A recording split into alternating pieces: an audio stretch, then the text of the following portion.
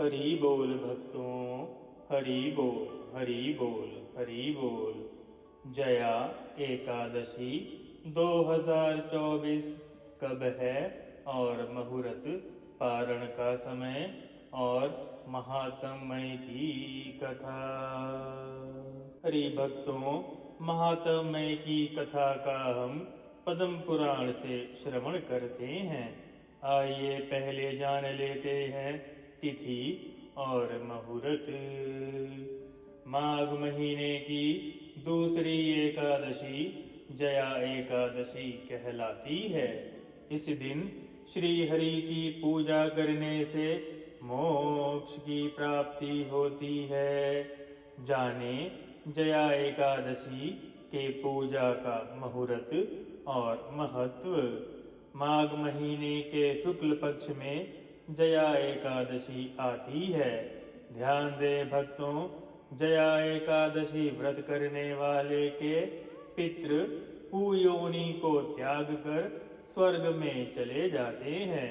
इसके प्रभाव से पितृ पक्ष की 10 पीढ़ियां और मातृ पक्ष की भी 10 पीढ़ियां मोक्ष को प्राप्त होती हैं। जया एकादशी व्रत में भगवान विष्णु के माधव रूप की पूजा करनी चाहिए। पुराणों का कहना है कि इस व्रत और पूजा से विजय मिलती है। साल 2024 में जया एकादशी 20 फरवरी को मनाई जाएगी। पद्म पुराण और भविष्योत्तर पुराण दोनों में जया एकादशी के महात्म्य का उल्लेख मिलता है।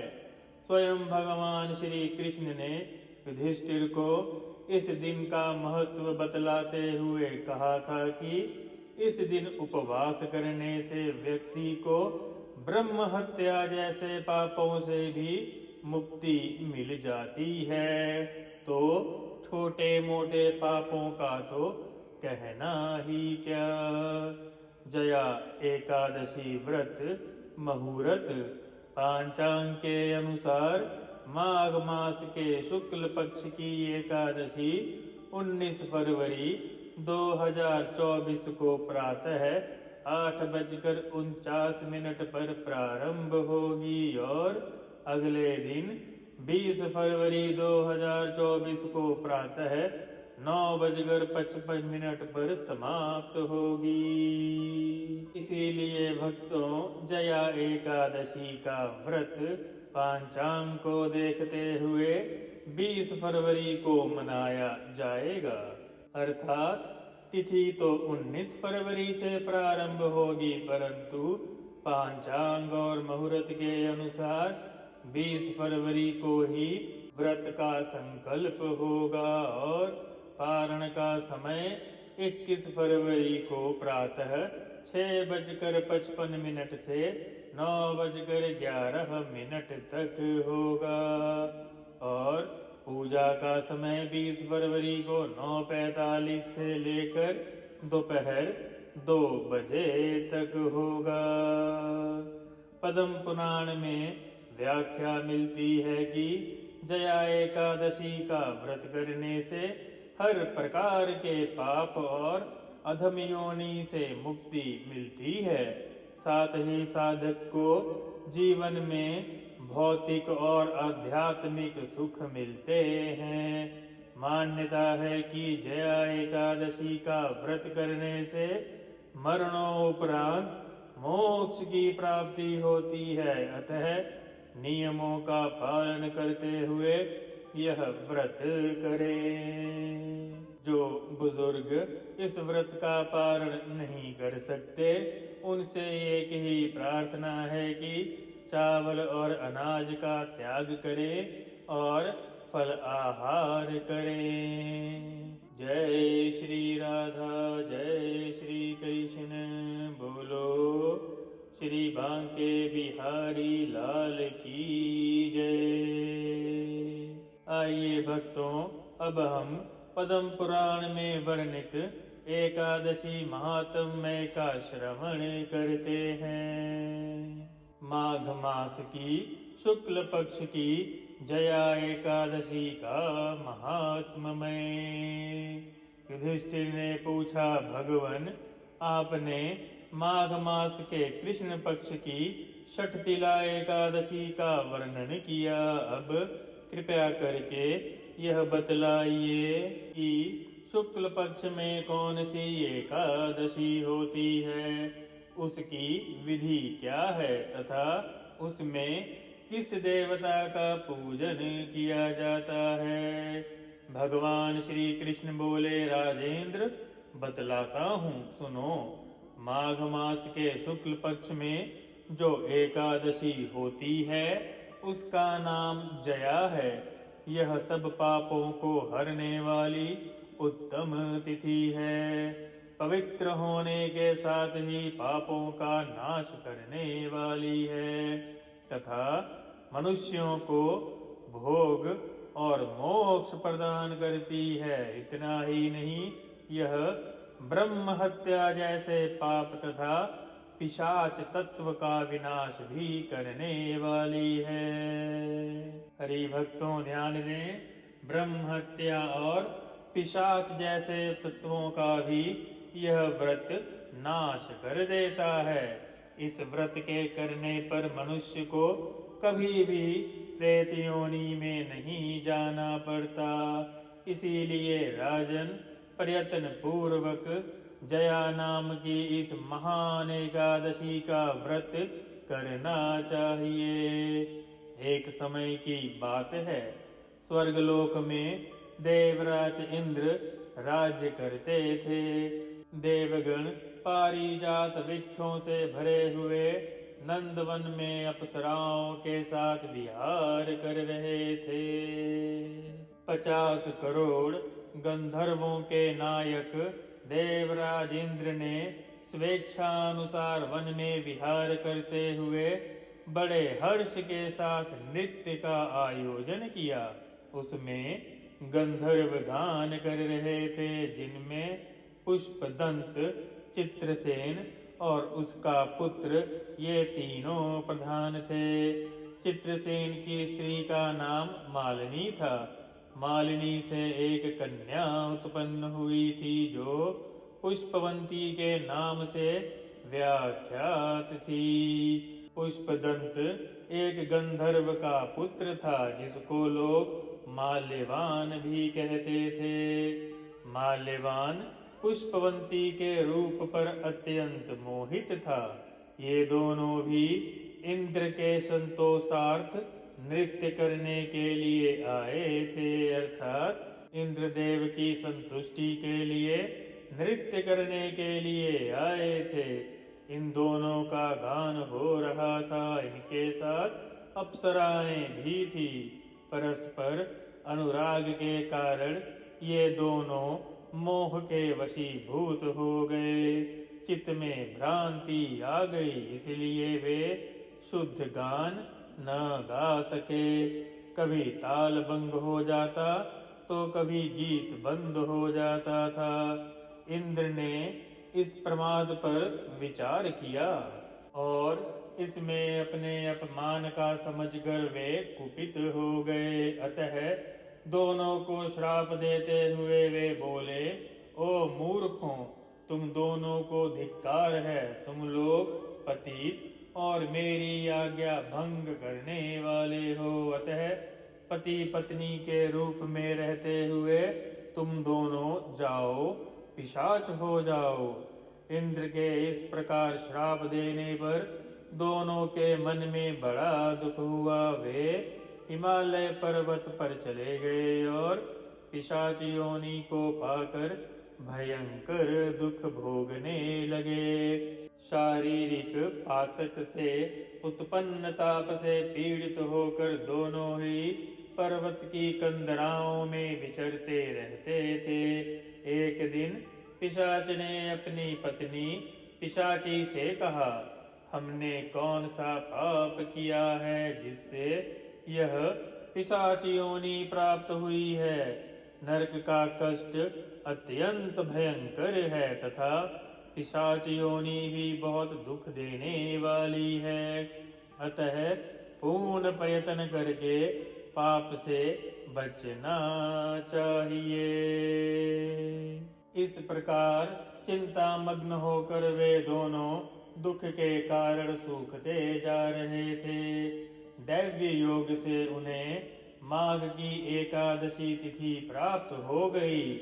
जया नाम से व्याख्यात तिथि जो सब तिथियों में उत्तम है, वह तिथि आई। उस दिन उन दोनों ने सब प्रकार के आहार का त्याग किया, जलपान तक ग्रहण नहीं किया, किसी जीव की हिंसा नहीं की, यहाँ तक कि फल भी नहीं खाया। निरंतर दुख से युक्त होकर वे पीपल के समीप बैठे रहे। सूर्यास्त हो गया। उनके प्राण लेने वाली भयंकर रात उपस्थित हुई। उन्हें नींद नहीं आई, अर्थात रात्रि का जागरण भी हो गया। वे रति या और कोई सुख नहीं पा सके। सूर्योदय हुआ, द्वादशी तिथि आई। उन पिशाचों के द्वारा जया के उत्तम व्रत का पालन हो गया। उन्होंने रात में भी जागरण किया था। उस व्रत के प्रभाव से तथा भगवान श्री विष्णु की शक्ति से उन दोनों की पिशाचता दूर हो गई, अर्थात उन्हें पिशाच योनि से मुक्ति मिल गई। पुष्पवंती और माल्यवान अपने पूर्व रूप में आ गए। उनके हृदय में वही पुराना स्नेह उमड़ रहा था। उनके शरीर पर पहले जैसे अलंकार शोभा पा रहे थे। वे दोनों मनोहर रूप धारण करके विमान पर बैठे और स्वर्ग लोक में चले गए। वहां देवराज इंद्र के सामने जाकर दोनों ने बड़ी प्रसन्नता के साथ उन्हें प्रणाम किया। उन्हें इस रूप में उपस्थित देखकर इंद्र को बड़ा विस्मय हुआ। इंद्र ने उनसे पूछा, बताओ किस पुण्य के प्रभाव से तुम दोनों का पिशाच तत्व दूर हुआ है? तुम मेरे श्राप को प्राप्त हो चुके थे, फिर किस देवता ने तुम्हें उससे छुटकारा दिलाया है?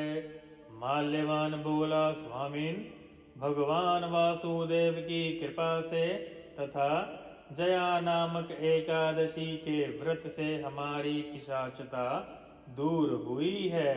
इंद्र ने कहा, अब तो तुम दोनों मेरे कहने से सुधा पान करो।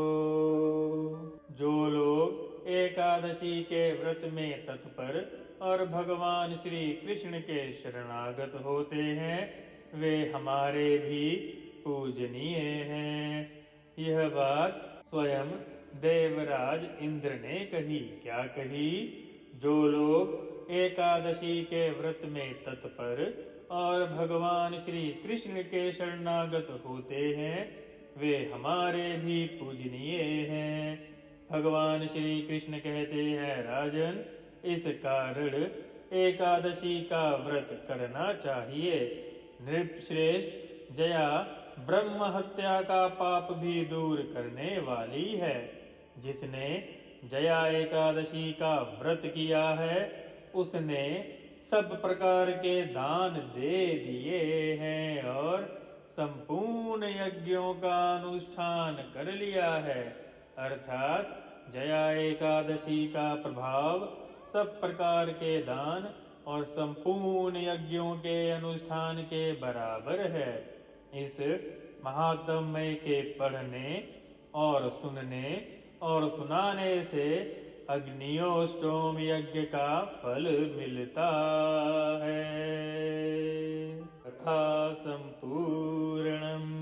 हरि भक्तों, आप चाहें तो अपने गुरु द्वारा दिए हुए मंत्र का श्रवण कर सकते हैं, अथवा आप ओम नमो भगवते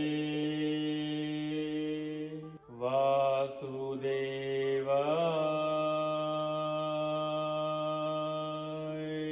मंत्र का भी श्रवण कर सकते हैं।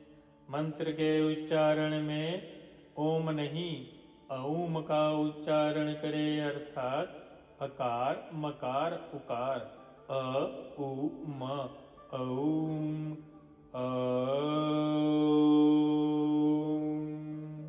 यह शुद्ध उच्चारण है। ओम अशुद्ध उच्चारण है। अथवा आप नाम महामंत्र का भी श्रवण कर सकते हैं, जैसे हरे कृष्ण कृष्ण कृष्ण हरे हरे, हरे राम राम राम हरे हरे। क्योंकि पुराणों में भगवान का नाम कृष्ण कहा गया है, कृष्णा नहीं। और कृष्ण में भी क के नीचे री नहीं है, क के आगे ऋषि की मात्रा है, अर्थात कृष्ण है। क्योंकि इसका उल्लेख हमें गर्गाचार्य जी द्वारा जब उन्होंने भगवान श्री कृष्ण का नामकरण किया, उसी अध्याय में हमें इसका पूर्ण उल्लेख मिलता है। जब नामकरण के समय उन्होंने प्रभु के नाम के एक एक अक्षर का अर्थ बतलाया था, अर्थात कृष्ण, कृष्ण नहीं कृष्ण, क के बाद ऋषि की मात्रा। हरे कृष्ण कृष्ण कृष्ण हरे हरे, हरे राम राम राम हरे हरे। अथवा आपको जो भी मंत्र अच्छा लगे उस मंत्र का श्रवण कर सकते हैं। ओम नमो नारायणाय। यह वेदों में दिया हुआ मंत्र है। तो जो भी आपको मंत्र उत्तम लगे, जो भी आपकी अंतरात्मा मंत्र श्रवण करने के लिए बोले, उस मंत्र का श्रवण अवश्य करें। और मंत्र का श्रवण करते हुए मन में प्रभु के सुंदर विग्रह दिव्य पुंज को याद करें और उसका ध्यान करते हुए मंत्रों का श्रवण करें। हरि भक्तों, आप सबसे प्रार्थना है कि सनातन धर्म के शुद्ध प्रसार के लिए हमारे इस प्रयास को सफल बनाने के लिए चैनल को सब्सक्राइब करके हमें हमारी रीचेबिलिटी बढ़ाने में सनातन धर्म के प्रसार के इस प्रयास को सफल बनाएं। आप सब चैनल सब्सक्राइब करके हमें कृतार्थ करें। बोलो जय श्री राधा, जय श्री कृष्ण। बोलो श्री बांके बिहारी लाल की जय। माता पिता की जय, गुरुजन की जय, सर्व देवी देवतन की जय। जय श्री राधे। हरि भक्तों, सब्सक्राइब करके हमें कृतार्थ अवश्य करें।